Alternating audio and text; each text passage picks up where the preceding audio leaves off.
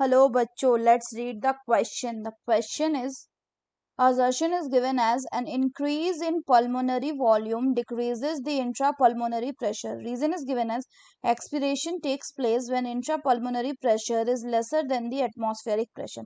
Option है both assertion and reason are true and reason is a correct explanation of the assertion. B में है both assertion and reason are true but reason is not a correct explanation of the assertion. तीसरा है assertion is true but the reason is false. चौथा reason is false but assertion is false but the reason is true. तो आइए देखते हैं हम इसका की कंसेप्ट. तो अगर हम बात करें बच्चों इसके की कंसेप्ट की तो इट विल बी एक्सपायरेशन. तो अगर हम एक्सपायरेशन की बात करें तो एक्सपायरेशन का मतलब क्या होता है? इसका मतलब होता है रिलीज आउट ऑफ CO2. अगर हम बात करें कि एक्सपायरेशन कब होता है तो आपका ये जो प्रोसेस ऑफ एक्सपायरेशन है इसको होने के लिए कि जो इंट्रा पल्मोनरी प्रेशर है, इंट्रा पल्मोनरी यानी pressure within the lungs, intra pulmonary pressure, ये क्या होना चाहिए? It should be higher, it should be higher than the atmospheric pressure, than the atmospheric pressure. तो अब अगर हम बात करें कि एक्सपिरेशन में क्या होता है बच्चों, तो यहाँ पे हमें देखने को मिलेगा रिलैक्सेशन. रिलैक्सेशन किसका? Relaxation of the diaphragm, diaphragm and intercostal muscle, and intercostal muscles का. तो इसके अगर रिलैक्सेशन से क्या होगा? So this will return the diaphragm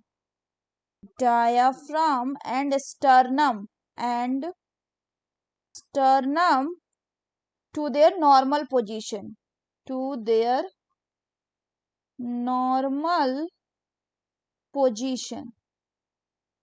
और इससे साथ ही साथ क्या होगा? एंड ऑल्सो द थोरैसिक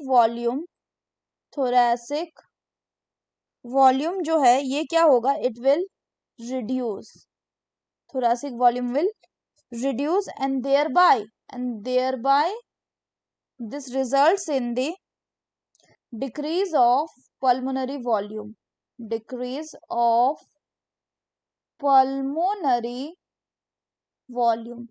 अब अगर पल्मोनरी वॉल्यूम भी डिक्रीज कर गया तो इससे क्या होगा? So this leads to the increase of, इससे कौन बढ़ जाएगा? इससे बच्चों आपका बढ़ जाएगा इंट्रा पल्मोनरी प्रेशर. और इंट्रा पल्मोनरी प्रेशर यहाँ पे क्या हो गया? It will be greater than the atmospheric pressure. तो जब ये ग्रेडियंट क्रिएट हो गया अब क्या होगा?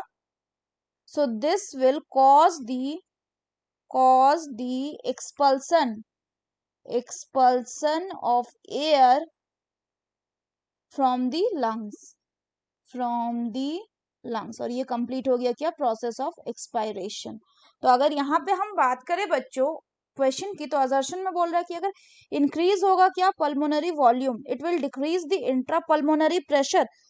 तो increase in pulmonary volume decrease जरूर करता है इंट्रा पल्मोनरी प्रेशर को, बट ये किसके केस में होता है? ये होता है आपका इंस्पायरेशन के केस में.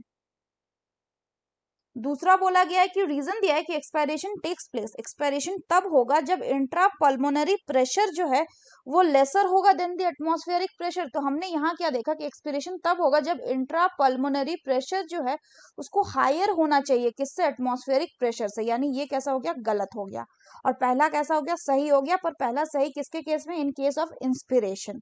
तो यानी assertion is true but the reason is false. The correct option will be option 3. So that's all for the question, bachcho. Hope you understood it well. Best of luck.